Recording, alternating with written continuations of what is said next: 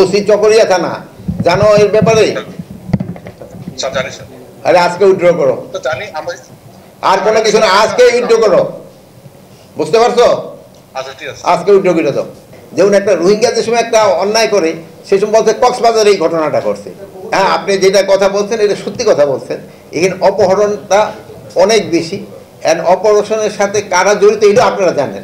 যেহেতু কক্সবাজার যদিও অফিসিয়ালি 12 লাখ রোহিঙ্গাকে এখানে আশ্রয় দেওয়া হয়েছে, কিন্তু সংখ্যা কিন্তু আরও বেশি, এবং তারা কিন্তু বিভিন্ন অপকর্মের সাথে জড়িয়ে গেছে, বিভিন্ন অপকর্মের সাথে জড়িয়ে গেছে।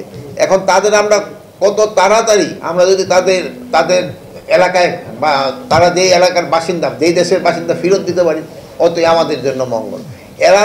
এরাই কিন্তু সবচেয়ে সমস্যাটা ক্রিয়েট করতেছে। এতে কিন্তু কক্সবাজারবাসী বদনাম হয়।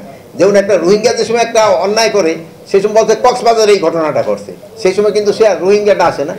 যেন আমরা চেষ্টা করছি কত তাড়াতাড়ি এই দেশ থেকে ওদের দেশে স্থানান্তরিত করা যায়।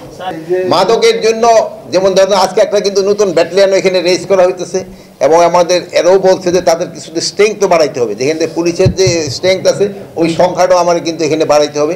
প্লাস ওই যে আমাদের যে মাদকে যারা আছে এই তাদেরও কিছুটা আমরা সংখ্যা বাড়ানোর চেষ্টা করতেছি।